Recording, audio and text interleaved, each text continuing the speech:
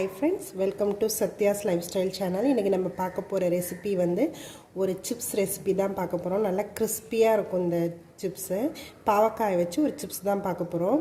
கசப்பு இருந்து இந்த பாவக்காய் சாப்பிடாதவங்க கூட இந்த மாதிரி செஞ்சு கொடுத்தா கண்டிப்பா சாப்பிடுவாங்க. இந்த பாவக்காய் சிப்ஸ் எப்படி பண்ணலாம்ன்றதை பார்க்கலாம். இந்த பாவக்காய் சிப்ஸ் பண்ணுறதுக்கு நான் வந்து இந்த பாவக்காவை நல்லா தின் ஸ்லைசஸாக கட் பண்ணி எடுத்துக்க போகிறேன். நல்லா தின்னாக கட் பண்ணிக்கணும்.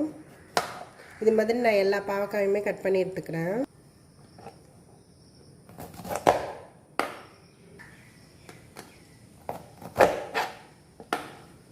நான் இந்த மாதிரி எல்லாத்தையுமே கட் பண்ணி எடுத்துக்கிட்டேன். நல்லா தின்னாக தான் நான் ஸ்லைஸ் பண்ணியிருக்கேன்.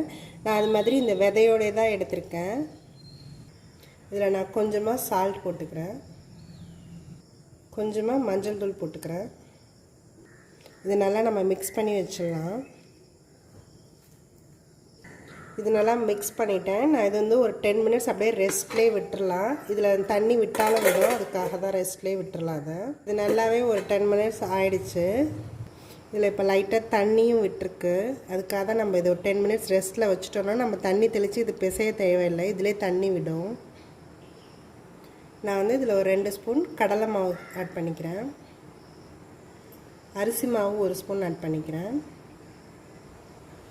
மிளகாத்தூள் ஆட் பண்ணிக்கிறேன். நான் கொஞ்சமாக சோம்பு பவுடர் ஆட் பண்ணிக்கிறேன். கொஞ்சமாக மாங்காய் பொடி ஆட் பண்ணிக்கிறேன். ஆமச்சூர் பவுடர் ஆட் பண்ணிக்கிறேன். இது விஷ் தான், நீங்கள் வேணும்னா ஆட் பண்ணிக்கலாம், இல்லைன்னா விட்டுறலாம். இது நல்லா நம்ம மிக்ஸ் பண்ணிக்கலாம். இதிலே தண்ணி இருக்கிறதுனால தண்ணி தேவைப்படாது. அப்படி வேணும்னா லைட்டாக தெளித்து மிக்ஸ் பண்ணிக்கலாம்.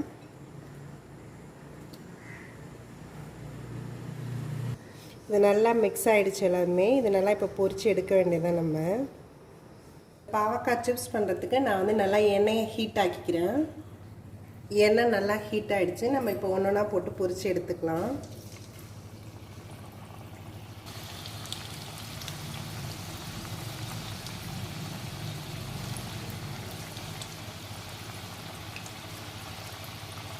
இது நல்லா நம்ம ஒரு சைடாக எடுத்து விட்டுக்கலாம்.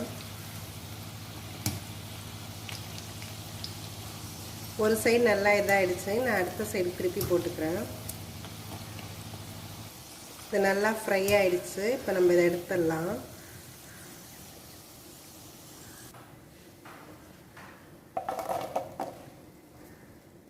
இந்த பாவக்காய் சிப்ஸ் ரெடி ஆகிடுச்சு. இது வந்து நல்ல கிறிஸ்பியாக இருக்கும்.